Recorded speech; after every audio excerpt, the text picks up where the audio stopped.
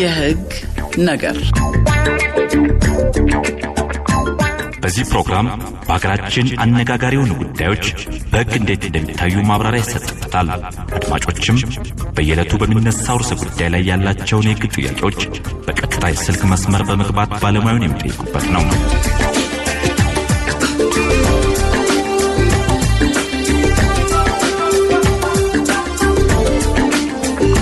የህግ ነገር የህግ ነገር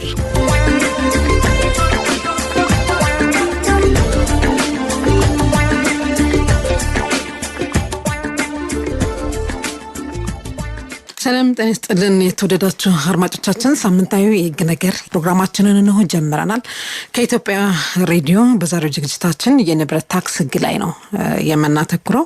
የንብረት ታክስ ስንል ምን ማለት ነው? ይህ ህግ የወጣው ምን ችግርን ለመፍታት ነው የሚለውን ነገር እናነሳለን። የንብረት ታክስ መክፈል ያለባቸው እነማን ናቸው የሚለውንም እንዲሁ ነጻስ የሚሆኑ አሉ የንብረት ታክስ የሚለውን ነገር እናነሳለን።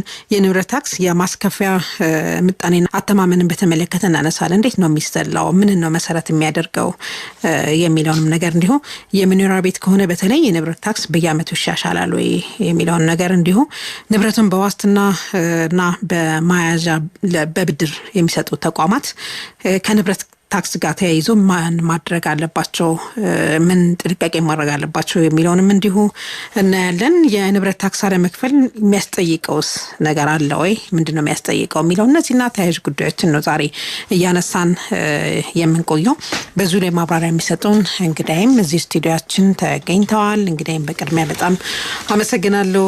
መቅደስ አንዳርጌ ቴክኒኩን ትቆጣጠራለች። ሄለን ፕሮግራም በማስፈጸም አዴት እንግዲህ ደግሞ ፕሮግራም እንመራለሁ። እስከ ዝግጅታችን ፍጻሜ ከኛ ጋር እንድትቆዩ በአክብሮት ጋብዘናል።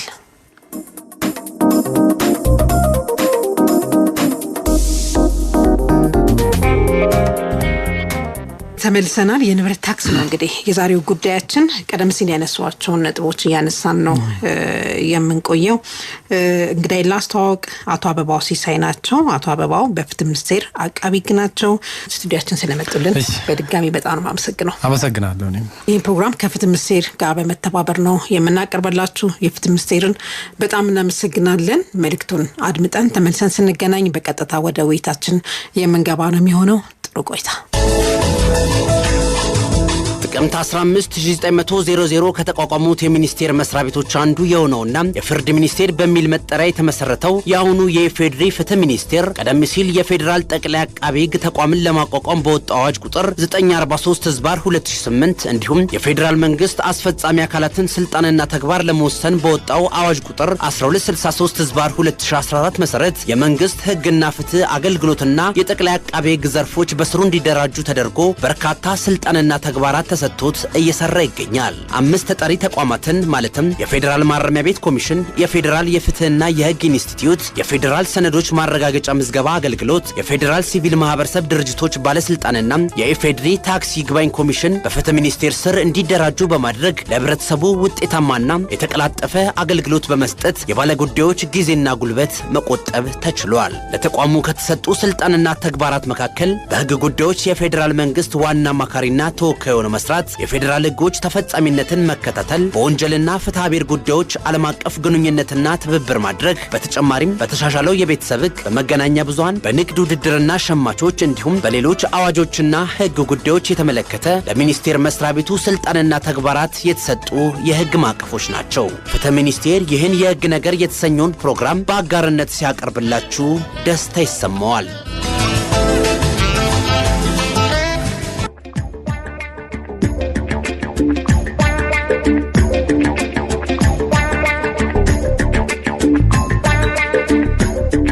ተመልሰናል። የፍትህ ሚኒስቴርን በድጋሚ በጣም እናመሰግናለን። አሁን በቀጥታ ወደ ውይይታችን ነው የምንገባው። አቶ አበባው እንግዲህ የንብረት ታክስ ነው የዛሬው ጉዳያችን። ወደ አላማው ሌሎች ነጥቦች ከመግባታችን በፊት ግን እንደው የንብረት ታክስ ሲባል ምን ማለት ነው? ምንድነው ትርጉሙ? በህግ የተሰጠው ትርጉም የሚለውን ነገር እንደምትደረናል። አመሰግናለሁ። የንብረት ታክስ የሚለውን ዴፊኒሽን ወይም ደግሞ የንብረት ታክስ ምንድነው የሚለውን ዲፋይን ከማድረጋችን በፊት አይ ቲንክ ንብረት ማለት ምን ማለት ነው የሚለውን መመልከት አስፈላጊ ነው ብዬ አስባለሁ። ሶ ጀነራሊ ጠቅለል አድርገን ስንመለከተው ከፍልስፍና አንፃር ስንመለከተው ንብረት ስንል የሚንቀሳቀስ ንብረት ሊሆን ይችላል፣ የማይንቀሳቀስ ንብረት ሊሆን ይችላል፣ ወይም ደግሞ ማቴሪያል ኤግዚስተንስ ያለው ወይም ማቴሪያል ኤግዚስተንስ የሌለው ኢንኮርፖራል ፕሮፐርቲ የምንላቸው የኮፒራይት እና የፓተንት የቅን መብቶችና ተዛማጅ የምንላቸው እነሱ መብቶች ሊሆኑ ይችላሉ። ሶ ጠቅላላ አድርገን ስንመለከተው ንብረት ይሄን ዴፊኒሽን እንሰጣለን። ነገር ግን ለዚህ አዋጅ ዓላማ ወይም ደግሞ ለንብረት ታክስ ዓላማ ንብረት ማለት ምን ማለት ነው? በከተማ ቦታ የሚገኝ የማይንቀሳቀስ ንብረት ብቻ የሚመለከተው ማለት ነው። ሶ ያ የማይንቀሳቀስ ንብረት ደግሞ በሊዝ ይዞታ መብት የተገኘ መሬት ሊሆን ይችላል፣ ወይም ደግሞ ከሊዝ የይዞታ ስሪት ውጭ የተገኘ መሬት ሊሆን ይችላል፣ ወይም ደግሞ ህንፃ፣ ከዛም ባሻገር ደግሞ በከተማ ቦታ መጠቀሚያ ላይ የተደረገ ማሻሻያ ሊሆን ይችላል ማለት ነው። ስለዚህ ንብረት ማለት ይህ ከሆነ የንብረት ታክስ ማለት ደግሞ በእነዚህ ንብረቶች ላይ ያ ማለት በከተማ ቦታ በሚገኙ በሊዝ ስሪት የተያዙ የከተማ ቦታዎች፣ ከሊዝ የይዞታ ስሪት ውጭ የተያዘ የከተማ ቦታ፣ በህንፃና በቦታ ላይ የተደረገ ማሻሻያ ነው ማለት ነው። ስለዚህ በይዞታ የተያዘ መሬት የምንለው ያው እንደሚታወቀው ፕሪንሲፓሊ በሊዝ አዋጁ ላይም በግልጽ እንደተቀመጠው የከተማ መሬት የሚያዘው በሊዝ ነው በዋናነት። ሶ በሊዝ ማንኛውንም መሬት ፖሰስ ያደረገ ሰው ወይም ደግሞ የባለ ይዞታ የሆነ ማንኛውም ሰው ይሄን ግብር ይከፍላል ማለት ነው። ከዛም ባሻገር ደግሞ ከሊዝ የይዞታ ስሪት ውጭ የሆኑ መሬቶች አሉ። ያ ማለት የይዞታ ስሪት ከመምጣቱ በፊት የቤት ባለቤት ወይም ደግሞ የህንፃ ባለ ይዞታ የመሬት ባለ ይዞታ የሆኑ ሰዎች ይኖራሉ። ያ ማለት በኢትዮጵያ የይዞታ የሊዝ ስሪት የመጣው አይ ቲንክ በ1993 እና በ1994 ነው። ከዛ በፊት የከተማ ቦታ የያዙ ሰዎች አሉ። ወይም ደግሞ ሊዙ ከመጣ በኋላም መሬታቸው ወይም ደግሞ የከተማ መሬታቸው ለህዝብ ጥቅም ሲባል ወይም ደግሞ በሊዝ ስርዓት በሚያዝበት ሰዓት ምትክ የሆነ ቦታ ይሰጣቸዋል። ሶ በዛ መንገድ የከተማ ቦታ የያዙ ሰዎችን የሚመለከት ይሆናል ማለት ነው። ከዛ ባሻገር ህንፃ አለ፣ እንዲሁም ደግሞ በቦታ ላይ የተደረገ ማሻሻያ ነው ማለት ነው። ሶ በቦታ ላይ የተደረገ ማሻሻያ ስንል ምንድነው? ህንፃን ሳይጨምር ባዶ ቦታ አለ። ያንን ባዶ ቦታ ለመጠቀሚያነት ማስፋፋት ነው። ለምሳሌ ፓትሮል፣ ለመኪና ፓትሮል ለማቆሚያ ሊሆን ይችላል፣ ለገበያ ሊሆን ይችላል። ሶ ለነዚህ ጉዳዮች የከተማ መጠቀሚያ ቦታውን ኢምፕሩቭ ስናደርገው ወይም ደግሞ ስናሻሽለው የዛ ባለ ይዞታ ምን እያገኘ ነው? ገንዘብ ጀነሬት እያደረገ ነው ማለት ነው። ሶ በቦታ ላይ በተደረገ ማሻሻያም ከሆነ ንብረት ልንለው እንችላለን ማለት ነው። ስለዚህ ከዚህ በመነሳት ጠቅለል አድርገን ስንመለከተው የንብረት ታክስ ማለት ምን ማለት ነው? አሁን በጠቀስናቸው ንብረቶች ላይ የሚጣሉ ታክስ ማለት ነው። ሶ የንብረት የሚመለከተው ግን በከተማ ቦታ ብቻ የሚገኝ ነው። ያ ማለት በገጠራማ ወይም ደግሞ ከተማ ብለን በማንጠራው አካባቢ የሚገኙ ንብረቶች ላይ ተፈጻሚ አይሆንም ማለት ነው። ሶ ከተማ ማለት ምን ማለት ነው የሚል ሊነሳ ይችላል። ሶ አዋጁ ላይ በግልጽ አስቀምጦታል። በሊዝ አዋጁ ላይ በግልጽ እንደተቀመጠው ከተማ ማለት መዘጋጃ ቤት ያለው ወይም ደግሞ ከ2000 በላይ የሚሆን የህዝብ ቁጥር የሚኖርበትና 50% የሚሆነው የማህበረሰብ ክፍል ከግብርና ስራ ውጭ የሚተዳደርበት ቦታ ማለት ነው። ሶ ከዚህ ውጭ ባሉ ቦታዎች ላይ ወይም ደግሞ ከተማ ብለን በማንጠራቸው ቦታዎች ላይ እነዚህ ንብረቶች ቢገኙም ታክስ ስለዚህ ፕራይሜሪሊ አዋጁ ተፈጻሚ የሚሆነው ከተማ ብለን በምንጠራቸው ቦታዎችና በእነዚህ ንብረቶች ላይ ይሆናል ማለት ነው። በጣም ጥሩ። የንብረት ታክስን በዚህ መልኩ ተብራራ ነው። የንብረት ታክስ አዋጅ ዓላማው ሲወጣ አዋጁ ሲወጣ ምንን ዓላማ አድርጎ ነው? ምን ችግር ነበር? ምን ችግር ለመፍታት ነው የህጉ የወጣው የሚለውን ነገር እስኪ። ኦኬ ናው እንግዲህ እንደሚታወቀው ያው በኢትዮጵያ የከተሞች እድገት በከፍተኛ ሁኔታ እያደገ ነው የመጣው ወይም ደግሞ አርባናይዜሽናችን ያው እንደሚታወቀው ኢትዮጵያ በጣም the most fastest የሚባለው ወይም ደግሞ ፈጣን የሚባል የከተሞች እድገት ያለባት ሀገር ነው። ሶ ከተሞች በፍጥነት እያደጉ በሚሄዱበት ቁጥር ደግሞ ለማህበረሰቡ የተለያየ የመሰረተ ልማትና የማህበራዊ አገልግሎት መስጠት የሚያስችል የመሰረተ ልማት ዝርጋታ ያስፈልጋቸዋል። አሁን ባለው ተጨባጭ ነባራዊ ሁኔታ ደግሞ የነዚህ ከተሞች ወይም የከተማ አስተዳደሮች ለህብረተሰቡ ወይም ደግሞ ለማህበረሰቡ እነዚህን የመሰረተ ልማት ጥያቄዎች ወይ ማህበራዊ አገልግሎቶች አድሬስ የሚያደርጉት ከፌደራል መንግስትና ከክልል መንግስታት በሚያገኙት የውስን በጀት ነው። ሶ እነዚህ ውስን በጀቶች ደግሞ የከተማውን ነዋሪ የመሰረተ ልማት ጥያቄ መመለስ የሚችሉ አይደሉም ማለት ነው። ሶ ከተማ አስተዳደሮች ወይም ደግሞ ከተሞች ራሳቸውን ችለው ፋይናንስ የሚያደርጉበት ገቢ ምንጭ የላቸው ማለት ነው። ስለዚህ የመጀመሪያው ዓላማ ምንድነው? የከተሞችን የገቢ ምንጭ በማሳደግ ለማህበረሰቡ የመሰረተ ልማት ጥያቄዎችና የማህበራዊ አገልግሎት ጥያቄዎችን መመለስ ነው ማለት ነው። አንደኛው ህጉ የወጣበት ምክንያት ወይም ደግሞ አንደኛው የንብረት ታክስ አዋጅ አላማው እሱ ነው ማለት እንችላለን። ከዛ ባሻገር ደግሞ የፍትሃዊ የሆነ የሀብት ክፍፍል ነው። ይሄ ያው የንብረት ታክስ ብቻ ሳይሆን የማንኛውም ግብር ኢንካም ታክስ ሊሆን ይችላል ወይም ሌላ ማንኛውም ታክስ ሊሆን ይችላል። አንደኛው ዓላማ ፍትሃዊ የሆነ የሀብት ክፍፍል መኖር ማለት ነው። ያ ማለት ነው ግብር የሚጣለው ያው በግለሰቦች በመክፈል አቅም መሰረት በማድረግ ነው ወይም ደግሞ በዜራቢሊቲ ቱ ፓይ ታክስ የምንለው ማለት ነው። ከፍተኛ ገንዘብ ያለው ሰው ወይም ደግሞ ከፍተኛ ንብረት ያለው ሰው ከፍተኛ ግብር ይከፍላል። ዝቅተኛ የገቢ መጠን ያለው ሰው ደግሞ ዝቅተኛ ግብር ይከፍላል ማለት ነው። ምናልባት ያው በሀብታምና በደሃ መካከል ያለው ልዩነት ኤሊሚኔት ወይም ማጥፋት ባንችል እንኳን ምን ያደርግልናል ማለት ነው? ታክሱ ሪዲዩስ ያደርግልናል ወይም ይቀንስልናል ማለት ነው።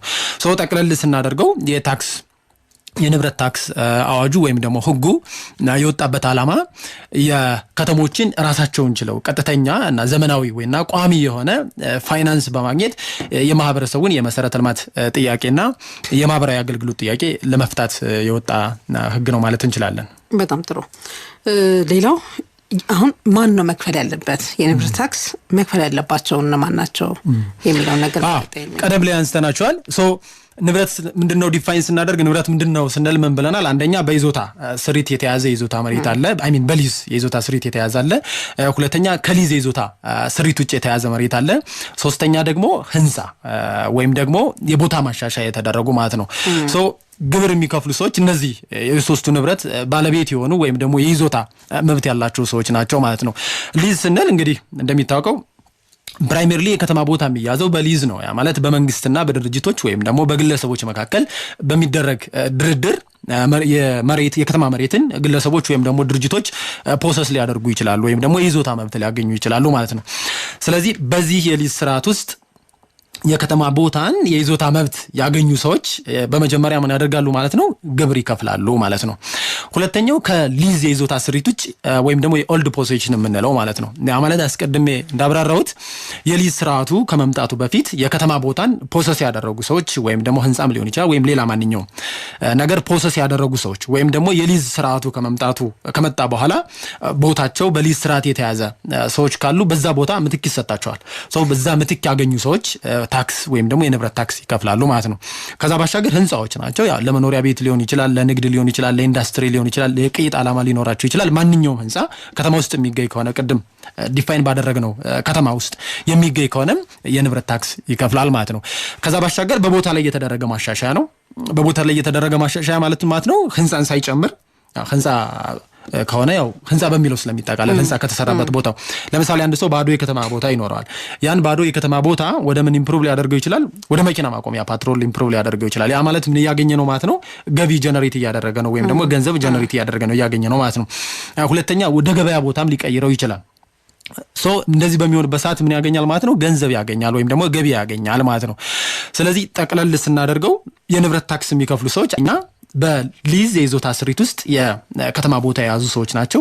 ሁለተኛ ደግሞ ከሊዝ የይዞታ ስሪት ውጭ ያ ማለት አዋጁ ከመውጣቱ በፊት የከተማ መሬት የያዙ ሰዎች ወይም ደግሞ ይህ የይዞታ ስሪት የምንለው ከመጣ በኋላም ደግሞ በምትክ ቦታ የያዙ ሰዎች ይህን ግብር ይከፍላሉ ማለት ነው። ከዛ ባሻገር ህንጻና የቦታ ማሻሻያ ያደረጉ ባለ ይዞታዎች የንብረት ታክስ ይከፍላሉ ማለት ነው። ነጻ ሲሆኑ ሲሉ አሉ የማይከፍሉም አሉ። አዋጁ እንግዲህ የተለያዩ ማህበራዊና ኢኮኖሚያዊ ምክንያቶቹ መሰረት በማድረግ አንዳንድ የይዞታ ወይም ደግሞ የቤት ባለቤት የሆኑ ሰዎችን የንብረት ታክስ እንዳይከፍሉ ያደርጋል። የመጀመሪያው የዝቅተኛ ገቢ ያላቸው ሰዎች ናቸው። ለመኖሪያነት የሚያገለግል አንድ ቤት ዝቅተኛ ገቢ ያለው ሰው የንብረት ታክስ አይከፍልም ማለት ነው። እዚህ ጋር የሚነሳው ነገር ዝቅተኛ ገቢ ያለው ሰው ማለት ምን ማለት ነው የሚል ጥያቄ ሊነሳ ይችላል። ይህ የሚወሰነው ያው በክልሎቹ ሊሆን ይችላል። ነገር ግን የገንዘብ ሚኒስቴር ለእያንዳንዱ ክልል ሞዴል አዘጋጅቶ ልኳል እንዲያጸድቁት ወይም ደግሞ እንደ ጀነራል ፍሬምወርክ እንዲያገለግላቸው። በዛ ሞዴል መሰረት መካከለኛ ወይም ደግሞ ዝቅተኛ ገቢ ያላቸው የምንላቸውን ከባድ የሆነ ኢኮኖሚያዊ ችግር የተጋረጠበት ነው ይላል። ከባድ የሆነ ኢኮኖሚያዊ ችግር የተጋረጠበት ስንል ለምሳሌ አንድ ሰው ባንክረፕት ቢሆን ወይ ያ ማለት ነው ካለው አሴት ወይም ደግሞ ካለው ገንዘብ የሚበልጥ ከሆነ ያ ሰው ዝቅተኛ ገቢ ያለው ነው ልንል እንችላለን ማለት ነው። ግብር የንብረት ታክስ ግብር ላይ ከፍሉ ይችላሉ ማለት ነው። ነገር ግን በዩና እነዚህ ዝቅተኛ ገቢ ሰዎች ይህንን ቤት ለሌላ ሰው በሽያጭ ወይም ደግሞ በሌላ በማንኛውም መንገድ የሚያስተላልፉ ከሆነ ግን ምን ይከፍላሉ ማለት ነው? ግብር ይከፍላሉ ማለት ነው። የሚከፍሏት ግብር ግን የ2 ዓመት ግብር ብቻ ናት። ያ ማለት ለምሳሌ ዛሬ ኤግዘምፕትድ ሊደረግ ይችላል ከንብረት ታክስ የመክፈል ነፃ ሊሆን ይችላል። ነፃ ከሆነ በኋላ ከ10 ዓመት በኋላ ለምሳሌ ቤቱን በሽያጭ ቢያስተላልፈው የ2 ዓመት ብር ተሰልጣ የ2 ዓመት ብቻ ይከፍላል ማለት ነው። በመር ደረጃ ዝቅተኛ ገቢ ያላቸው ሰዎች እና ቤት ለመኖሪያነት በት ከሆነ ከንብረት ታክሱ ኤግዘምፕትድ ተደርገዋል። ነገር ግን ያንን ለመኖሪያነት ሲጠቀሙበት የነበረውን ቤት በሽያጭ መልኩ ወይም ደግሞ በሌላ በማናቸውም አይነት መንገድ በስጦታ ሊሆን ይችላል፣ በውርስ ሊሆን ይችላል፣ በሶስተኛ ወገን ካስተላለፉ የ2 ዓመት የንብረት ታክስ ይከፍላል። ሁለተኛው ቦታ ላይ ሆኖ ሙሉ ለግብርና የሚያገለግል ማንኛውም ቦታ ነው። ያ የሆነበት ምክንያት ምንድነው? የምግብ ዋስትና ጋርና ከምግብ ሉዓላዊነት ጋር የተያያዘ ነው እና እንክቱም እነዚህ ነው ለግብርና ስራ የሚያገለግሉ ከተማ ቦታዎችን እዛ አይነት ግብር ከሆነ እነዚህ ቦታዎች ምን ሊሆኑ ይችላሉ? ከዛም ባሻገር ደግሞ ካላማቸው አንፃር ህንጻማቸው ይችላል። የምግብ ዋስትና ለማረጋገጥ አንበሳውን ድርሻ ይወስዳሉ። ከተማ ቦታ ላይ ያሉ የግብርና ስራዎች ዋስትናና ምግብ ሉዓላዊነት ጋር ተያይዞ እነዚህን ለግብርና ስራ የሚያገለግሉ የከተማ ቦታዎችም ሙሉ በሙሉ ከታክስ ኤግዘምፕተር ናቸው ማለት ነው። ሁለተኛ ለአምልኮ ስራ የምንጠቀምባቸው ተቋማት ናቸው። ወይ ቤተክርስቲያን ሊሆን ይችላል፣ ቸርች ሊሆን ይችላል፣ መስጂድ ሊሆን ይችላል። እነዚህ ያው ገንዘብ ጀነሬት የማድረግ ፕራይመሪሊ የተቋቋሙት ለሱ አይደለም። ስለዚህ እነዚህ ቦታዎችም ኤግዘምፕተር ናቸው ማለት ነው። ከዛም ባሻገር የሚጠቀሙባቸው ቦታዎች ለምሳሌ የጥምቀት በዓል የሚያከብሩባቸው ቦታዎች ሊሆን ይችላል፣ ወይም የኢድ በዓል አደባባዮቹ እነዛም በቤተክርስቲያኗ ወይ በመስጂድ ወይም በሌላ በማንኛውም ሃይማኖት ተቋም የይዞታ ስርም ከሆነ ያም ከዚህ ግብር ኤግዘምፕተር ነው ማለት ነው። ከዛም ባሻገር መካነ መቃብር የሚያገለግሉ ቦታዎች ናቸው። ህንጻም ሊሰራበት ይችላል መካነ መቃብር አይደል? እነዚህ ንብረቶች ሙሉ በሙሉ ከንብረት ታክስ ኤግዘምፕተር ናቸው ማለት ነው። አራተኛው ደግሞ ለማህበረሰቡ ነፃ ማህበራዊ አገልግሎት የሚሰጡ ድርጅቶችና ለዛ አገልግሎት የሚጠቀሙበት ቦታና ህንጻ ከዚሁ ንብረት ታክስ ኤግዘምፕትድ የሆነ ነው። ያ ማለትን ማለት ለምሳሌ በጎ አድራጎት ድርጅቶች አሉ። የመንግስታዊ ያልሆኑ የሎካል ወይም ደግሞ አካባቢያዊ ሊሆኑ ይችላሉ፣ ወይም ደግሞ ዓለም አቀፍ መንግስታዊ ያልሆኑ ተቋማት ሊኖሩ ይችላሉ። እነዚህ ተቋማት ነፃ የሆነ አገልግሎት የትምህርት ሊሆን ይችላል፣ የጤና ሊሆን ይችላል፣ የስልጠና ሊሆን ይችላል፣ ማንኛውም አገልግሎት ለህዝቡ በነፃ ማህበራዊ አገልግሎት አድሬስ የሚያደርጉ ወይም ደግሞ የሚሰጡ ከሆነ እነዚህ ተቋማትም ከንብረት ታክስ ኤግዘምፕተር ናቸው ማለት ነው። ጠቅለል ስናደርገው የመጀመሪያው ለመኖሪያነት የሚያገለግል ዝቅተኛ ገቢ ያለው ሰው ነው። ሁለተኛ ለግብርና ስራ የሚያገለግሉ ከተማ ላይ ያሉ ቦታዎች ናቸው።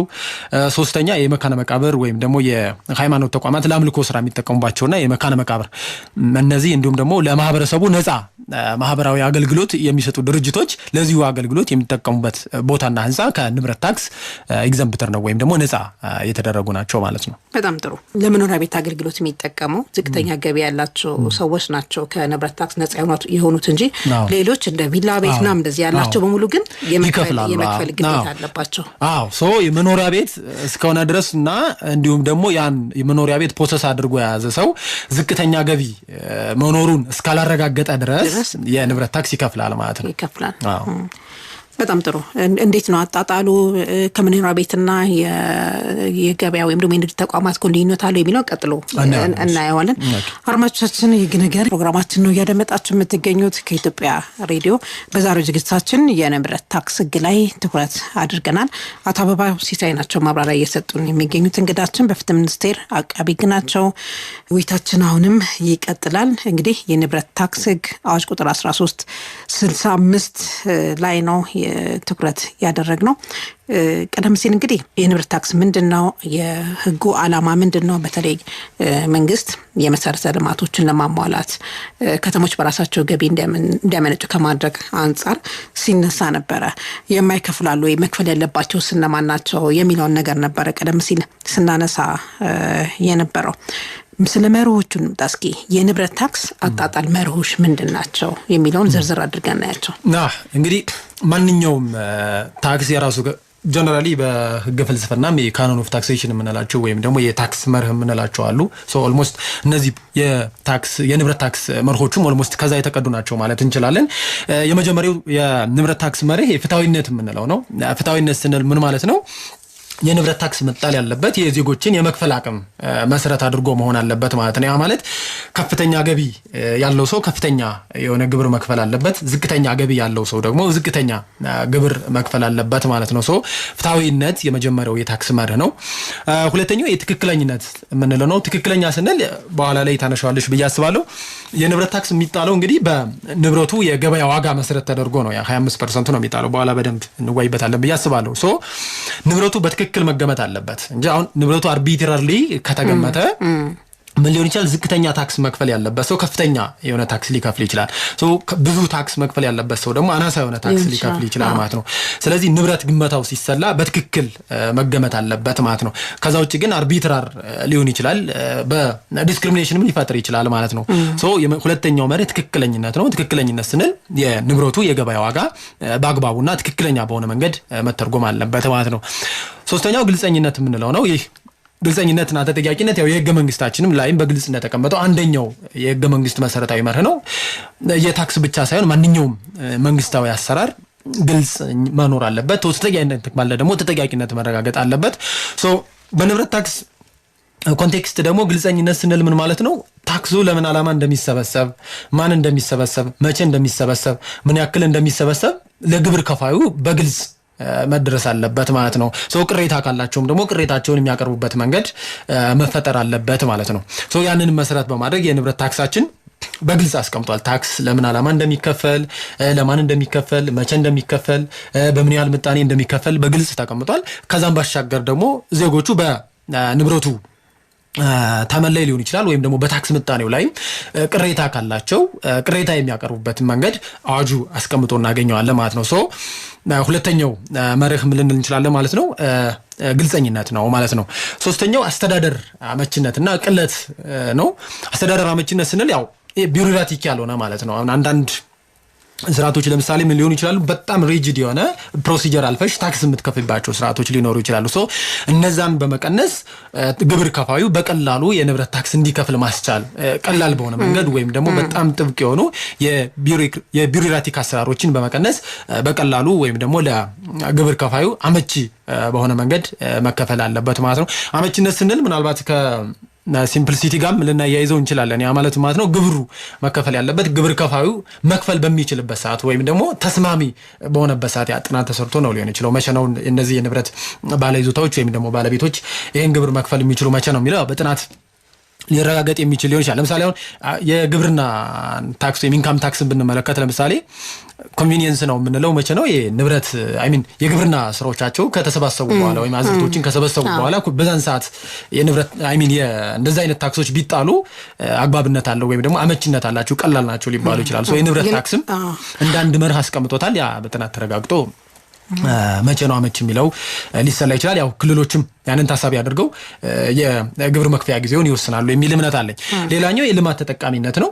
አስቀድሜ እንዳልኩት የንብረት ታክስ ኢትዮጵያ ለማውጣት እንዳንድ ዓላማ ወይም ደግሞ እንዳንድ ምክንያት ምንድነው ለከተሞቹ ለማህበረሰቡን የመሰረተ ልማት ጥያቄና የማህበራዊ አገልግሎት ጥያቄ ለመመለስ ነው፣ የፋይናንስ ሶርሳቸውን ከፍ በማድረግ። ስለዚህ ንብረት ታክስ የሚሰበሰቡ ግብሮች ለምን መዋል አለባቸው ማለት ነው? ለዚህ አገልግሎት መዋል አለባቸው ማለት ነው። የመሰረተ ልማትና ለማህበራዊ አገልግሎት መስጫ ማለት ነው። ሶ ታክስ እንደሚታወቀው በግብር ከፋዩና በግብር አስከፋዩ መካከል ኳይድ ፕሮኮ የሆነ ሪሌሽንሺፕ ያላቸው። ያ ማለት ምን ማለት ነው? ጊቭ ኤንድ ቴክ ወይም ደግሞ የኔ ያክል ከፍያለሁ፣ የኔ ያክል ጥቅም ላገኝ ይገባል፣ አናሳ ነው የከፈልኩት፣ አናሳ ጥቅም ሊያገኝ ይገባል፣ ከፍተኛ ግብር ነው የከፈልኩት፣ ከፍተኛ ጥቅም ላገኝ ይገባል። ወይም ደግሞ ምን ማለት ነው? ግብር ከፋዮች በቀጥታ ግብር በመክፈላቸው ብቻ የሚያገኙት በነፊት የለም። እንደሌላው ማህበረሰብ በመንገድ፣ በውሃ፣ በመብራት፣ በቴሌኮሙኒኬሽን፣ በሌላ በመሳሰሉት ማህበራዊ አገልግሎቶች ማለት ነው። ሶ በንብረት ታክስ የተሰበሰቡ ግብሮች ለነዚህ ዓላማ መዋል አለባቸው ማለት ነው። ሶ ዋናዎቹ እነዚህ ናቸው።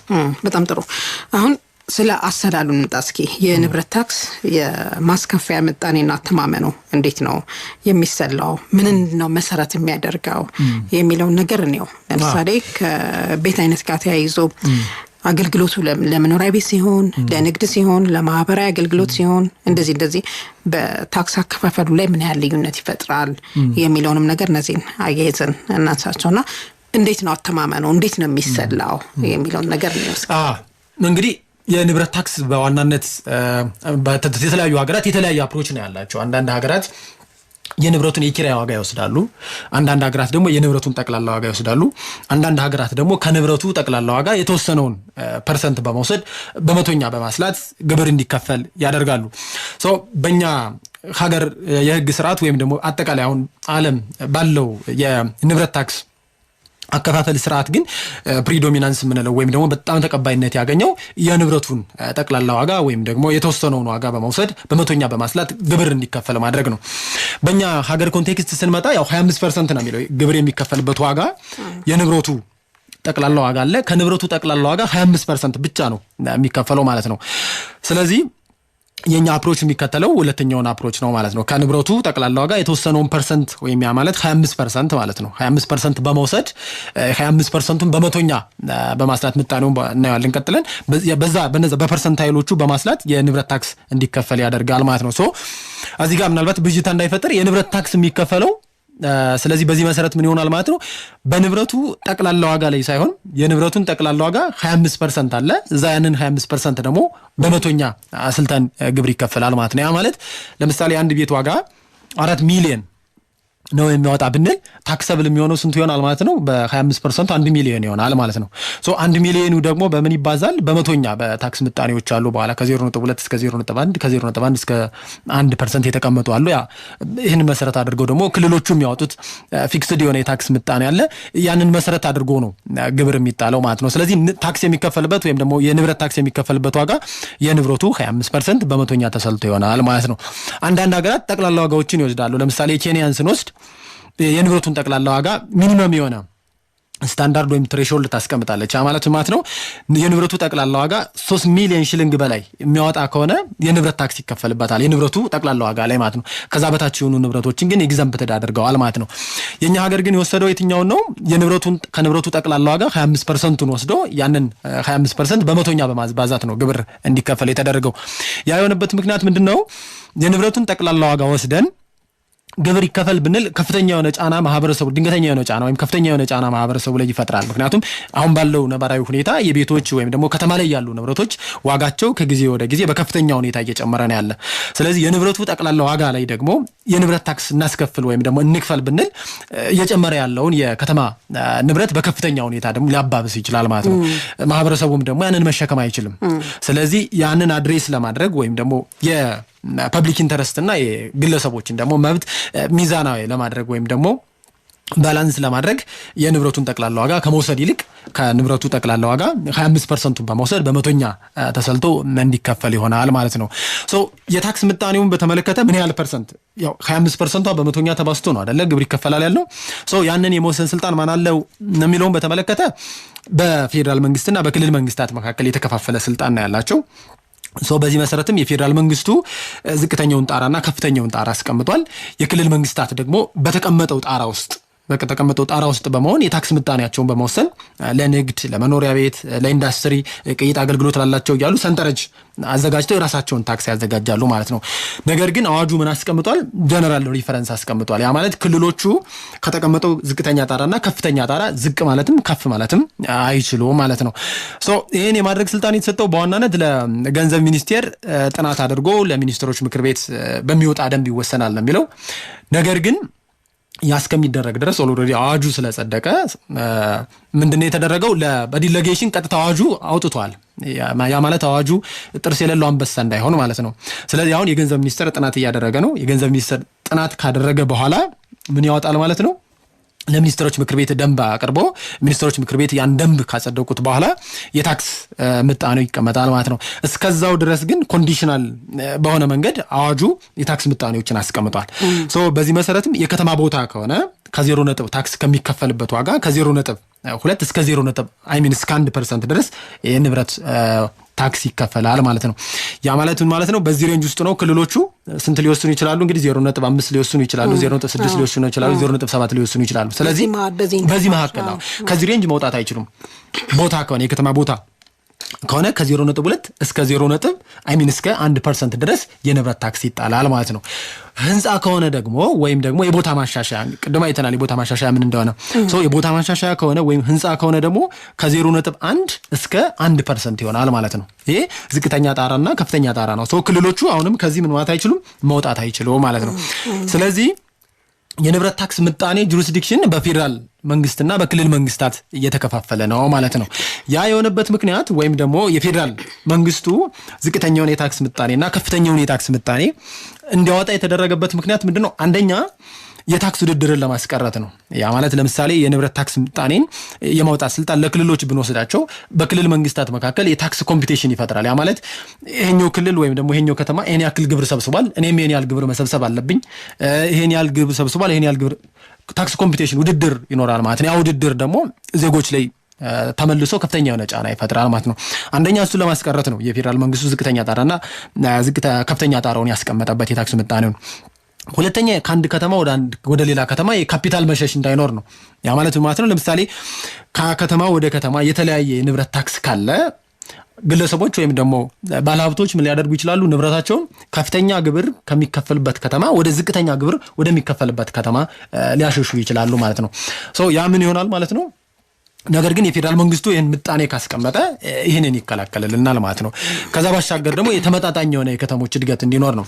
ያ ማለት ነው ክልሎች ወይም ደግሞ የከተሞች አርቢትራርሊ ታክስ የሚሰበስቡ የንብረት ታክስ የሚሰበስቡ ከሆነ አንደኛው ከተማ ከፍተኛ የሆነ ንብረት ታክስ ሊሰበስብ ይችላል፣ አንደኛው ከተማ ደግሞ ዝቅተኛ የሆነ የንብረት ታክስ ሊሰበስብ ይችላል። የተለያየ ገቢ ካላቸው አንደኛው ከፍተኛ አንደኛው ዝቅተኛ ካለ ደግሞ የከተሞች እድገትም ተመጣጣኝ አይሆንም። አንደኛው በጣም በመሰረተ ልማት የበለጸገ በጣም ያደገ ሞደርናይዝድ የሆነ ከተማ ሊሆን ይችላል፣ ሌላኛው ደግሞ ከዛ ዝቅ ያለ ሊሆን ይችላል ማለት ነው። ስለዚህ እነዚህን ሶስት ነገሮች ማለትም አንደኛ የንብረት መሸሽን ከአንድ ከተማ ወደ ሌላ ከተማ እንዳይሸሽ ለማድረግ፣ ሁለተኛ የታክስ ውድድርን ለማስቀረት፣ ሶስተኛ ደግሞ የከተሞችን እድገት ተመጣጣኝ እንዲሆን ለማድረግ በማሰብ የታክስ ምጣኔውን ዝቅተኛውን ጣራና ከፍተኛውን ጣራ የማውጣት ስልጣን ለፌደራል መንግስት ተሰጥቷል ማለት ነው። ክልሎቹ በዚህ ጣራ ውስጥ በመሆን በምክር ቤታቸው ወይም ከማስተዳደሮች የተለያዩ ክራይቴሪያዎችን ግምት ውስጥ በማስገባት የራሳቸውን የታክስ ምጣኔ በዚህ ውስጥ ሊያስገቡ ወይም ደግሞ ሊያሰሉ ይችላሉ ማለት ነው። እንደ ራሳቸው ሁኔታ። ጥሩ። ሌላው አሁን ለምሳሌ መሬቱና ህንጻው ያለ አገልግሎት ከቆየ ሰዎች በተለያዩ ምክንያቶች ወይም ደግሞ በተለያዩ ሁኔታዎች መሬትና ህንጻቸውን ያለ አገልግሎት ሊያቆዩት ይችላሉ። እንደዛ ከሆነ ንብረቱ በተቀመጠለት የጊዜ ገደብ ካለ ወይም ደግሞ አሁን ንብረቱ የተቀመጠለት የጊዜ ገደብ ይኖራል ካለማ ታክስ ይከፍላሉ ወይ? ለምን አላለቀም፣ አገልግሎት አልሰጠም አሁን ይሄ ነገር።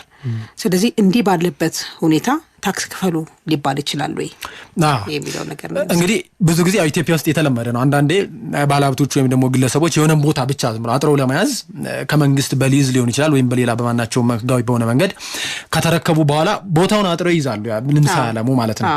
እንግዲህ ኢትዮጵያ እንደሚታወቀው ከፍተኛ የሆነ የቤት እጥረት ያለበት ሀገር ነው። ያ የቤት ፍላጎታችን በማሟላት ረገድም ከፍተኛ የሆነ ጫና ያሳድራል። ያንን ችግር ሬክቲፋይ ለማድረግ አዋጁ አስቀምጧል። ስለዚህ አንድ ህንፃ መሰራት ባለበት ወይም መጠናቀቅ ባለበት ወይም ደግሞ አገልግሎት መስጠት ባለበት የጊዜ ፔሪየድ ውስጥ አገልግሎት መስጠት ካልቻለ ወይም ደግሞ ቦታም ቢሆን ባዶ ቦታ አጥሮ መያዝ እና አገልግሎት መስጠት ባለበት የጊዜ ገደብ ውስጥ አገልግሎት መስጠት ካልቻለ የንብረት ታክሱ ከፍተኛው ጣራ ይሆናል ይላል። ያ ማለት 1% ይሆናል፣ ከፍተኛው ጣራ እንዲከፍሉ ይሆናል ማለት ነው። ለምሳሌ በሊዝ አዋጁ መሰረት ከፋፍሏቸዋል ህንፃውን። ያው ህንፃው የሚጀመርበት ቀን በመንግስትና በድርጅት ወይም በግለሰብ ወይም በሊዝ ኮንትራቱ የሚወሰን ነው። አዋጁ ግን ህንፃው በምን ያክል ወራት ወይም ደግሞ የሊዝ አግሪመንቱ ላይ የተቀመጠው የኮንስትራክሽን ወይም የግንባታው መጀመሪያ ቀን አለ። እዛ መጀመሪያ ቀን አንስቶ በምን ያህል ቀናት ውስጥ መጠናቀቅ አለበት ብሎ ለምሳሌ ያስቀምጧል።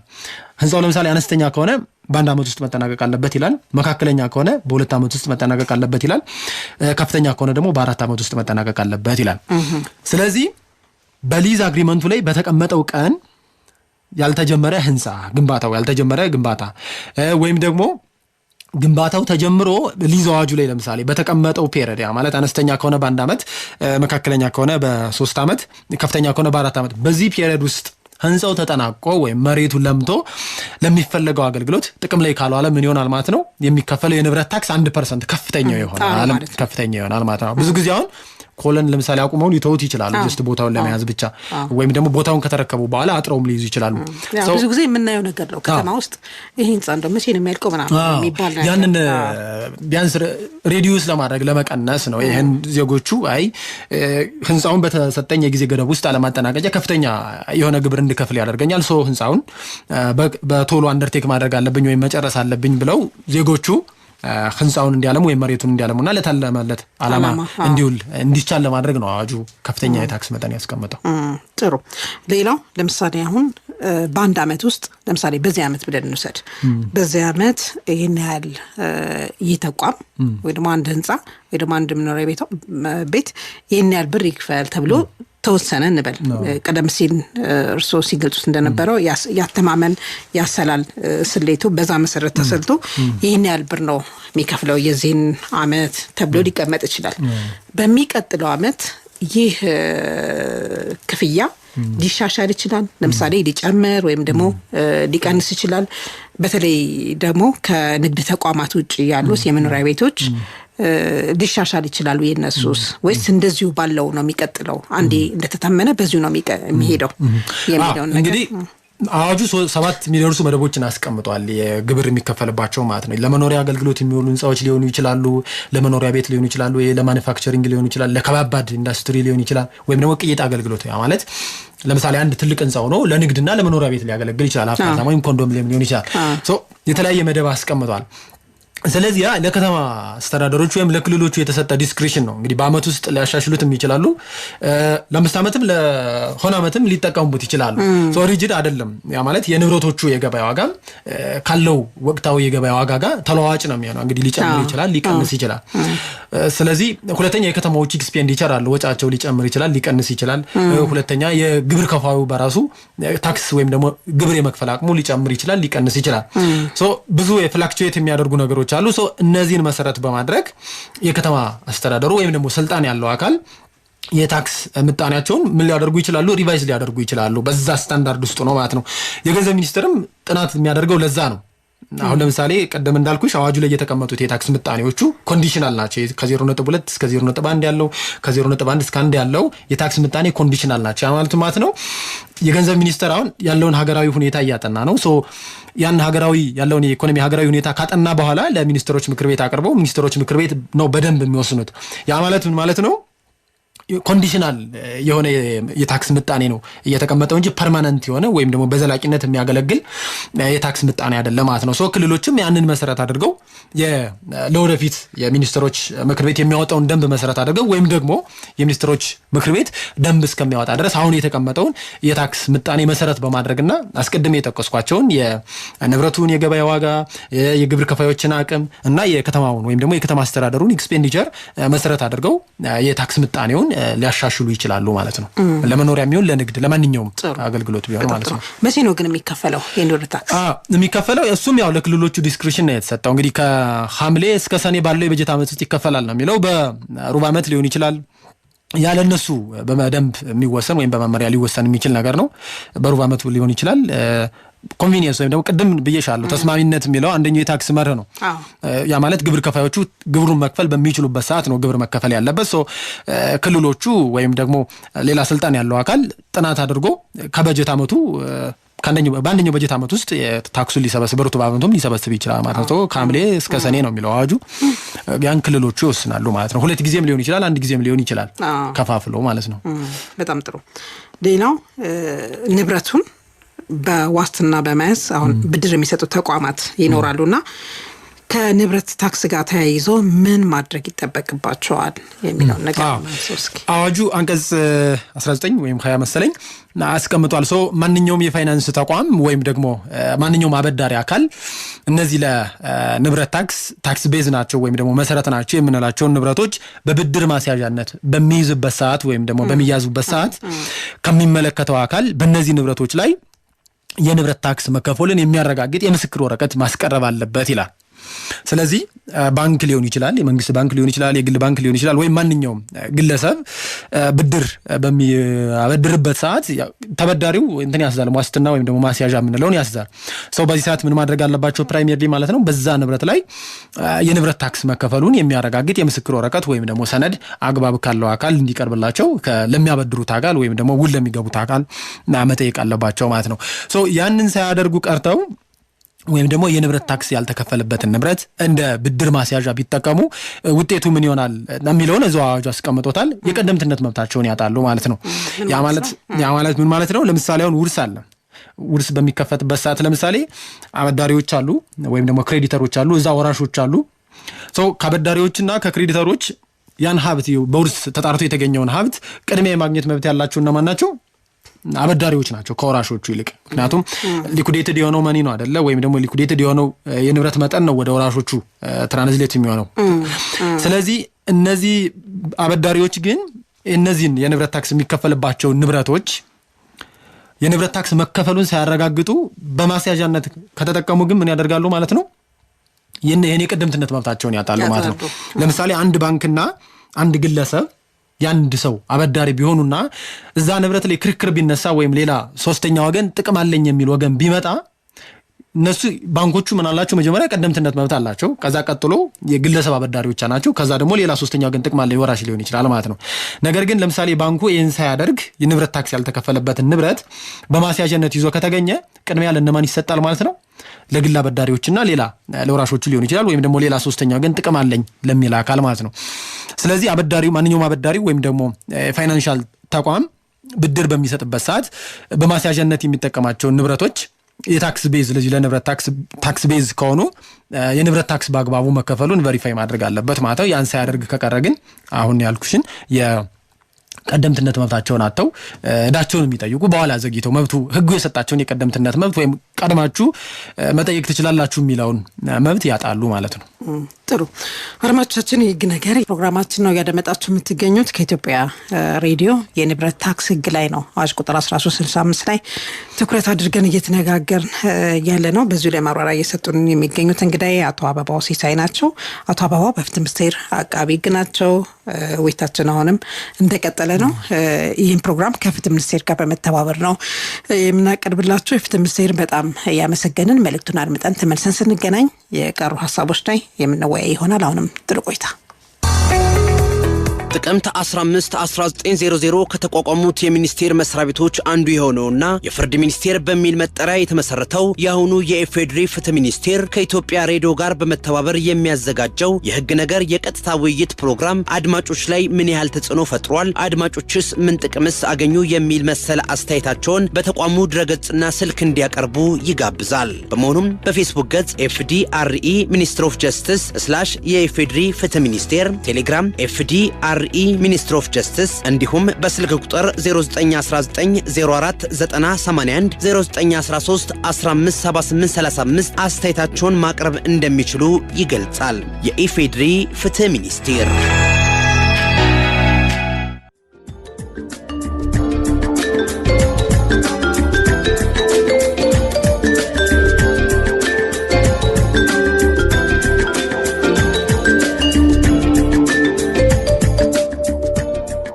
ተመልሰናል። የፍትህ ሚኒስቴርን በጣም እናመሰግናለን።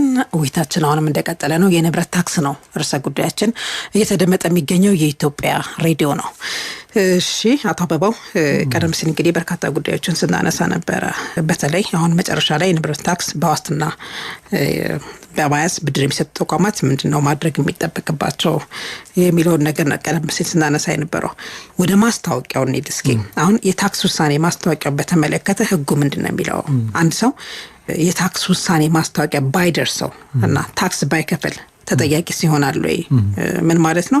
የታክስ ውሳኔ ማስታወቂያ ያው እሱንም ግልጽ ማድረግ ያስፈልጋል። በእርግጥ ይህን ያህል ተቋሙ የገቢዎች ቢሮ ለተጠቃሚዎች የሚልከው እንትን አለ፣ ማስታወቂያ አለ። ይህን ያህል ብር እስከዚህ ያህል ክፈሉ ይሄን ያህል ታክስ አለባችሁ ብሎ የሚገልጸዋልና እንደሱ አይነት በተመለከተ ህጉ ምን ይላል የሚለው ነገር እስኪ እንግዲህ ያው አንድ የንብረት ታክስ ከፋይ ታክስ ከመክፈሉ በፊት የንብረት ታክስ ማስታወቂያ መድረስ እንዳለበት የአዋጁ በግልጽ ደንጓል። የንብረት ታክስ ማስታወቂያ ማለት ነው ግብር የሚከፈልበት ንብረት አለ፣ የተሰላበት መንገድ ወይም የተመነበት ዋጋ አለ፣ ታክሱ የሚከፈልበት ቀን ወይም ደግሞ ግብሩ የሚከፈልበት ቀንና ግብሩ የሚያበቃበት ከመከፈል ያማለ ቅጣቱ የሚጀምርበት ቀን አለ።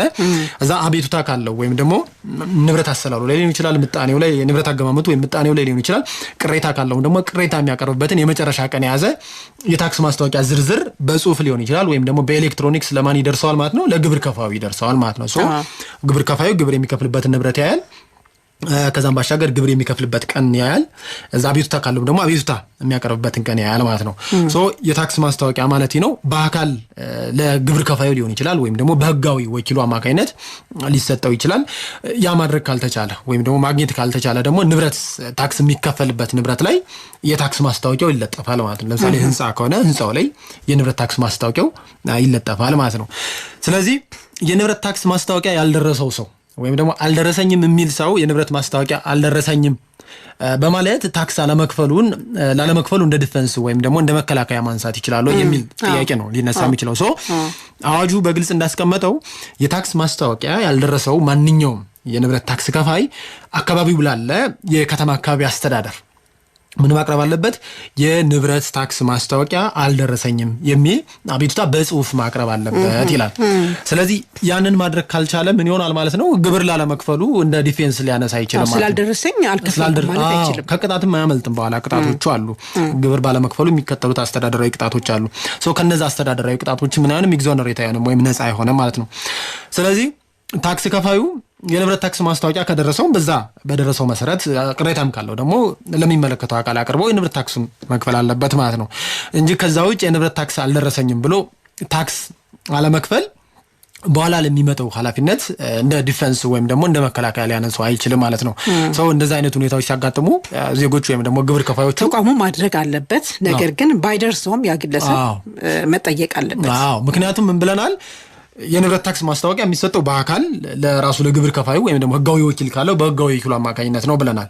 ያ ካልሆነ ደግሞ የንብረት ታክስ በሚከፈልበት ንብረት ላይ ምንድነው ይለጠፋል ነው። ሶ ያ እንግዲህ እንደደረሰው ነው ፕሪዝም የሚያደርገው ህጉ ማለት በኤሌክትሮኒክስ ወይም በጽሁፍ ይላል፣ በኢሜል ሊሆን ይችላል፣ በተለያየ አድራሻቸው ሊልኩ ይችላሉ። ብዙ ጊዜ ውድ ግብር ከፋያችን እንደዚህ ታክስ ይሄን ያህል ብር በዚህ ማዘዣ ቁጥር እንደዚህ ገቢ አድርጉ እስከዚህ ያህል ጊዜ ድረስ ብለው ይልካሉ ብዙ ጊዜ። አዋጁም እንደዛ ይላል በጽሁፍ ወይም አሁን ዲጂታላይዝድ እያደረግን አይደል ሁሉም የመንግስታዊ አሰራሮቻችን።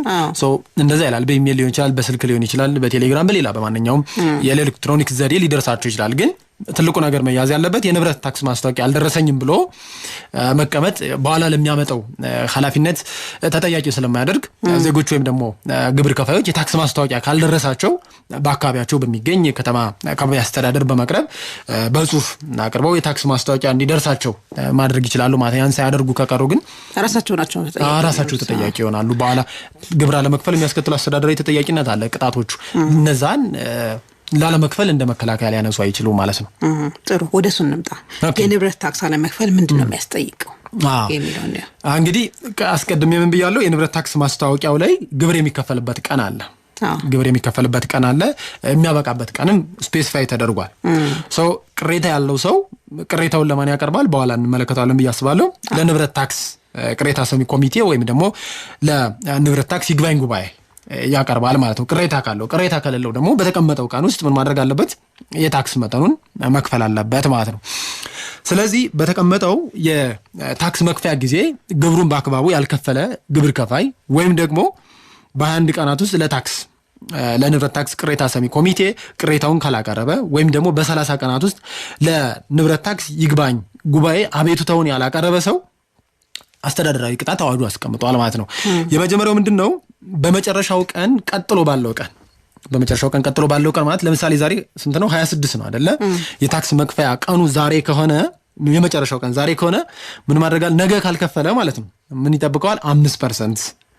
ያ ማለት ለምሳሌ 1 ሚሊዮን ከሆነ ታክሱ የ1 ሚሊዮን 5% ተሰልቶ ቅጣት ይጣልበታል ማለት ነው። ነገ ባለመክፈሉ ብቻ ማለት ነው። አንድ ቀን ባለመክፈሉ ብቻ እዛ ያንን አድርጎ ደግሞ አሁንም ላይከፍል ይችላል። ለ2 ወር ለ3 ወር ለአመት ለ3 አመትም ሊቀጥል ይችላል። እንደዛ ከሆነ ደግሞ በየወሩ 2% ይሰላል ማለት ነው። ወይም ደግሞ በከፊል ለምሳሌ 15 ቀን ከሆነ 1% ይከፍላል ማለት ነው።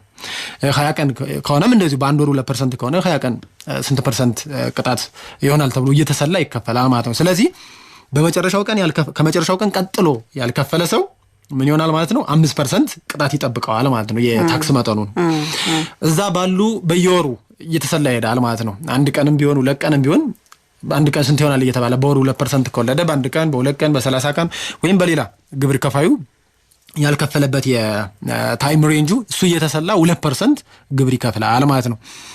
ነገር ግን ምን ይላል? እነዚህ ቅጣቶች ተደምረው የታክስ መጠኑን 100% ማለፍ አይችሉም ይላል። ያ ማለት ግብር ከፋዩ ለምሳሌ 1 ሚሊዮን ከሆነ የሚከፍለው ቅጣቱ ከ1 ሚሊዮን ሊዘላ አይችልም ማለት ነው። ስለዚህ 2 ሚሊዮን አድርጎ ይከፍላል ማለት ነው። ነገር ግን ለምሳሌ ግብር ከፋዩ 2 ሚሊዮን ከደረሰ በኋላ አይ በቃ 2 ሚሊዮን በሚኖረኝ ሰዓት ግብሩን እከፍላለሁ ሊል ይችላል። ያ ማለት የብር የመግዛት አቅም እየተዳከመ ነው የሚሄደው አይደል? እየተዳከመ ነው የሚሄደው። ለምሳሌ ዛሬ 2 ሚሊዮን መክፈልና የዛሬ 10 ዓመት 2 ሚሊዮን መክፈል የተለያየ ነው። በዛ ላይ ደግሞ መንግስት ምን እያጣ ነው? ገቢውን እያጣ ነው ማለት ነው። ግለሰቦች ከዛ እንዳይሸሹ በማድረግ አዋጁ ምን አስቀምጧል? 100% ከደረሰ በኋላ ቅጣት የነበረ ይቀየራል ማለት ነው። ወደ ወለድ ይቀየራል። ያ ማለት ባንኮቹ ብድር የሚሰጡት ብሔራዊ ባንክ ሊሆን ይችላል ወይም ሌላ ባንኮቹ ብድር የሚሰጡበት ኢንተረስት ላይ 3% ተጨምሮ በየወሩ እንዲከፍል ይደረጋል ማለት ነው። ያ ማለት ለምሳሌ አሁን ባንኩ 12% ብድር በየወሩ የሚሰጥ ከሆነ 3% ተጨምሮ 15% በየወሩ እንዲከፍል ይደረጋል። 100% ከደረሰ በኋላ ቅጣቱ ማለት ነው። ቅድም የጠቀስናቸው 5% እና 2%ዎቹ ተደምረው ከታክስ መጠኑ ጋር እኩል ከሆነ ወይም ደግሞ ዳብል ከሆነ በኋላ በየወሩ ምን ይሆናል ማለት ነው?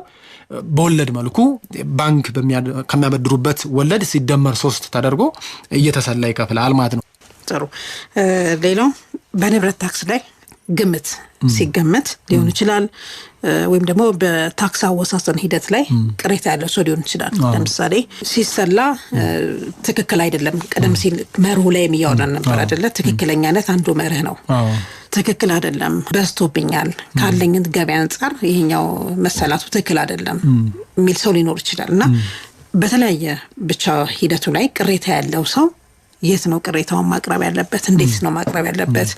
በቅሬታውን ለዛት አካል ካቀረበ በኋላ በሚሰጠው ምላሽ ላይ ደግሞ ካረካስ ይግባኝ አለው ወይ? ወደ መደበኛ ፍርድ ቤት ይሄዳል ወይ የሚለው ነገር። አሪፍ ጥያቄ።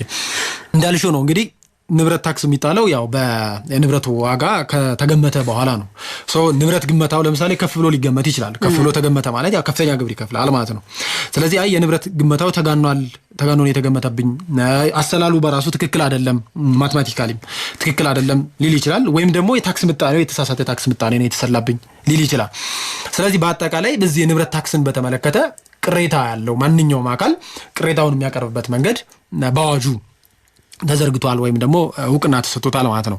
የመጀመሪያው የንብረት ታክስ ቅሬታ ሰሚ ኮሚቴ የምንለው ነው። ይህ እንግዲህ በእያንዳንዱ ከተማ አስተዳደር የግብር ከፋዮችን ብዛት መሰረት በማድረግ አንድና ከዛ በላይ የሆኑ የንብረት ታክስ ኮሚቴዎችን በየአካባቢው እንዲያቋቁም ያስገድዳል።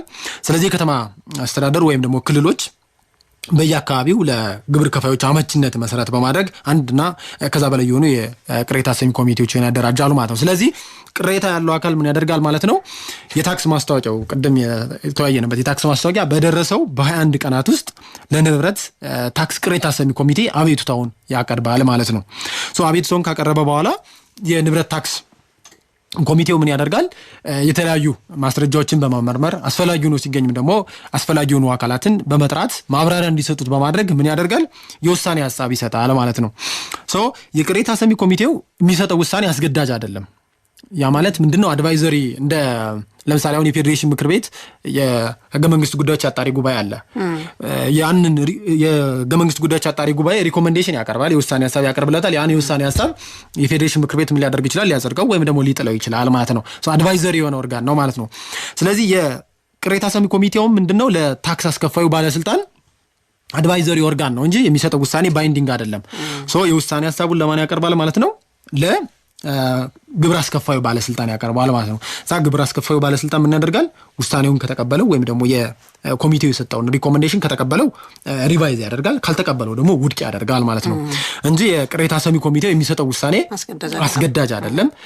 ያንን ፕሮሲጀርም መከተል አይጠበቅባቸውም። በኋላ ላይ እናየዋለን እንጂ የቅሬታ ሰሚ ኮሚቴ ሳይሄዱ ቀጥታ ወደ የት መሄድ ይችላሉ? ወደ ንብረት ታክስ ይግባኝ ጉባኤ መሄድ ይችላሉ ማለት ነው። ኦፕሽናል ነው የንብረት ታክስ ኮሚቴው። የንብረት ታክስ ኮሚቴው ከ3 እስከ 5 በሚደርሱ ሰዎች መዋቀር አለበት ይላል። ያው እንደሚታወቀው ታክስ መልቲ ዲሲፕሊናሪ የሆነ ዲሲፕሊን ማለት ነው። የህግ እውቀት ይጠይቃል፣ የአካውንቲንግ እውቀት ይጠይቃል፣ የመሬት አስተዳደር፣ የንብረት ግንባታ እውቀት ይጠይቃል።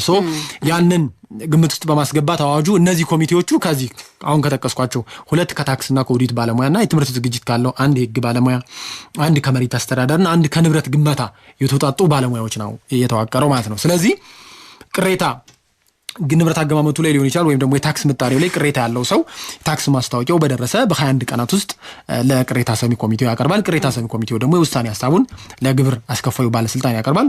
ግብር አስከፋዩ ባለስልጣን ውሳኔውን ከተቀበለው ሪቫይዝ ያደርገዋል ማለት ነው። የታክስ ማስታወቂያውን ሪቫይዝ ካላደረገው ደግሞ ቀጥታ ዜጎች ወደ የት መሄድ ይችላሉ ማለት ነው? ወደ ንብረት ታክስ ይግባኝ ጉባኤ ወደ ምን ላይ ሄዳል ማለት ነው። የነሱ ውሳኔ አስገዳጅ ነው። ስለዚህ ዜጎች ወደ ቅሬታ ሰሚ ኮሚቴው መሄድ ካልመረጡ ጉዳያቸውን በቀጥታ የንብረት ታክስ ማስታወቂያው በደረሳቸው በ30 ቀናት ውስጥ ወደ የት ይሄዳሉ ማለት ነው? ወደ ግብር ይግባኝ ጉባኤው ይሄዳሉ ማለት ነው። የግብር ይግባኝ ጉባኤው ደግሞ የተለያዩ የሰነድ ማስረጃዎችን ከመረመረ በኋላ ውሳኔ ይሰጣል ማለት ነው። ነገር ግን ወደዚህ አካል ለመሄድ ምን ማድረግ ይጠበቅበታል? ግብር ከፋይ 50%ን ለምሳሌ 1 ሚሊዮን ወይም 500 ሺህ ከሆነ የንብረት ታክስ የተጣለበት የዛን ግማሽ ምን ማድረግ አለበት? መክፈል አለበት። ያ የተደረገበት ምክንያት ምንድነው? ክርክሩ ለረጅም ሰዓት ሊወስድ ይችላል። 50% መክፈሉ በአንድ ሳይድ 50%ን ኤግዛምፕትድ ያደረገ ነው ግብር ከፋዩን። በአንድ በኩል ደግሞ ለመንግስት ሲከፍል መንግስት ለመሰረተ ልማትና ለማህበራዊ አገልግሎት አይደል የሚያውላቸው እነዚህን ሁለቱን የመንግስትንና ግለሰቡን ኢንተረስት ባላንስ ባደረገ መልኩ ያ ማለት ለምሳሌ በጣም ረጅም ሰዓት የሚወስድ ፕሮሲዲንግ ወይም ክርክር ከሆነ መካከል ላይ መንግስት ምን እየሆነ ነው? ጥቅሙን እያጣ ነው፣ ወይም ህዝብ ጥቅሙን እያጣ ነው። ያንን እንዳያደርግ ነፃ ሊሆንም የሚችልበት እድል አለ። ያ እንዲሆን ምን ያደርጋል ማለት ነው? ወደ ይግባኝ ጉባኤው ይግባኝ ለማለት የሚፈልግ ማንኛውም አካል ምን ማድረግ አለበት ማለት ነው? የተወሰነበትን ታክስ ወይም ደግሞ የታክስ መጠን 50% መክፈል አለበት ማለት ነው። አሁንም በይግባኝ ጉባኤው በሰጠው ውሳኔ ያረካ ወገን ወይም ደግሞ ቅሬታ ያለው ሌላ ተከራካሪ ወገን ጉዳዩን ወደ የት ይወስዳል ማለት ነው? ወደ መደበኛ ፍርድ ቤት ይወስዳል ማለት ነው። የህግ ነገሮችን ከሆነ ብቻ ነው ፋክት ምንላቸው ነገሮች ወሰደ ሾው ፋክት ምንላቸው ወደ መደበኛ ፍርድ ቤት ወደ ከፍተኛ ፍርድ ቤት የይግባኝ ጉባኤው ውሳኔ በደረሰው በ30 ቀናት ውስጥ ለማን ይሰጣል ማለት ነው? ለከፍተኛ ፍርድ ቤት ይግባኝ ያቀርባል ማለት ነው። ስለዚህ ከፍተኛ ፍርድ ቤት ይግባኝ ካቀረበ በኋላ አሁንም ምን ያደርጋል? ከፍተኛ ፍርድ ቤት ውሳኔ ሆኖም ከተደሰተ ወይም ደግሞ ካረካ ወደ የት ይሄዳል? ወደ ፌደራል ጠቅላይ ፍርድ ቤት ይሄዳል ማለት ነው። ወደ ፌደራል ጠቅላይ ፍርድ ቤት ለመሄድ ግን ምን ማድረግ አለበት? በከፍተኛ ፍርድ ቤት የተወሰነበትን የታክስ ዕዳ ቅጣቱ እስከነቅጣቱ ከነመቀጮ በአጠቃላይ የተቀመጠው ጠቅላላ የታክስ መጠንና ቅጣቱን ምን ማድረግ አለበት? መክፈል አለበት ወደ ጠቅላይ ፍርድ ቤት ይግባኝ ለመሄድ ማለት ነው። ጠቅላይ ፍርድ ቤት ሄዶም አሁን ይግባኝ ብሎ የከፍተኛ ፍርድ ቤት ውሳኔ ያልረካ ወይም ደግሞ ያልተደሰተ አካል ምን ማድረግ ይችላል? መሰረታዊ የሆነ የህግ ስህተት አለበት ብሎ ካመነ ወደ ሰበር ሰሚ ችሎት መውሰድ ይችላል ማለት ነው። የመጨረሻው ጣሪያ የፌዴሬሽን ምክር ቤት ነው። ምናልባት ህገ መንግስታዊ ጉዳይ ያስነሳል ብሎ ካመኑ ደግሞ ወደ ፌዴሬሽን ምክር ቤት ይወስዳሉ ማለት ነው። ስለዚህ ጠቅለል ስናደርገው 3 ታየር አለ ማለት ነው። የመጀመሪያው የንብረት ታክስ ቅሬታ ሰሚ ኮሚቴ የምንለው ነው። ያ ማለት የታክስ ማስታወቂያው በደረሰ በ21 ቀናት ውስጥ ቅሬታቸውን ሊያቀርቡ ይችላሉ ማለት ነው። ከዛም ባሻገር በንብረት ቅሬታ ሰሚ ኮሚቴው በተሰጠው ውሳኔ ያልተደሰተ ወይም ደግሞ የባለስልጣኑ የግብር አስከፋይ ባለስልጣኑ በሰጠው ውሳኔ ያልተደሰተ አካል ደግሞ ወደ ይግባኝ ጉባኤው ይሄዳል ማለት ነው። በይግባኝ ጉባኤው ያልተደሰተ አካል ደግሞ ወደ መደበኛ ፍርድ ቤት ወስዶ እስከ ፌዴሬሽን ምክር ቤት ህገ መንግስታዊ ትርጉም ካስነሳ እስከ ፌዴሬሽን ምክር ቤት ድረስ በመሄድ ያላቸውን ቅሬታ በማቅረብ ህጋዊ መፍትሄ ማግኘት ይችላሉ ማለት ነው። በጣም ጥሩ ሰፋ ያለ ማብራሪያ ነበረ። በጣም አመሰግናለሁ። አድማጮቻችን እንግዲህ በዛሬው ዝግጅታችን የንብረት ታክስ ላይ አጠቃላይ ህጉ ምንድነው የያዘው ይዘቱ ምን ይመስላል የሚለውን ነገር ነበረ ያየነው። የንብረት ታክስ ዓላማው ምንድነው የሚለውን ነገር አንሰናል። በዋናነት ከተሞች የራሳቸውን ገቢ በማመንጨት የተለያዩ መሰረተ ልማቶችን ለማሟላት የሚጠቀሙበት ነው የሚለውን ነገር ነው የተነሳው። ሌላ መክፈል ያለባቸው እነማን ናቸው? የንብረት ታክስ ነፃ የሚሆኑ ሳሉ ወይ አሁን ነፃ የሚሆኑ አሉ። ዝቅተኛ ገቢ ያላቸው ነው። ዝቅተኛ ገቢ ያላቸው ነፃ ናቸው። ተቋማት ለግብርና ስራ ላይ የተሰማሩ ከማውስ ማለት ነው። ነፃ ማህበራዊ አገልግሎት የሚሰጡ እነዚህ ነፃ ናቸው ወይም ደግሞ አይከፍሉም። መኖሪያ ቤት የሚሆን ህንጻ ለንግድ የሚሆን ለተለያዩ ነገር የሚጠቀሙ ይከፍላሉ የሚለውን ነገር ነበረ ስናይ የነበረው። እንዲሁም አተማመኑ እንዴት ነው? ምን መሰረት አድርጎ ነው? የቤቱ አይነት ለመኖሪያ ለንግድ ሲሆን ልዩነት አለው ወይ? አዎ ልዩነት አለው የሚለውን ነገር አይተናል። ሌላው መሬቱና ህንጻውን ያለ አገልግሎት ከቆየስ መክፈል ያስፈልጋል ወይ ደግሞ ግዴታ ነው ወይ የሚለውን ነገር አይተናል። አዎ ይከፈላል። ሰዎች በተለያዩ ምክንያቶች ዝም ብለው የሆነ ነገር ጀምረው ቀደም ሲል እርሱ እንዳሉት ኮለንም አውጥተው እንደዚህ አጥረው ሊያስቀምጡ ይችላሉ። ስለዚህ እንደዛ ስለሚሆን የንብረት ታክስ ከፍተኛዋን ጣራ ይከፈላል የሚለውን ነገር አይተናል።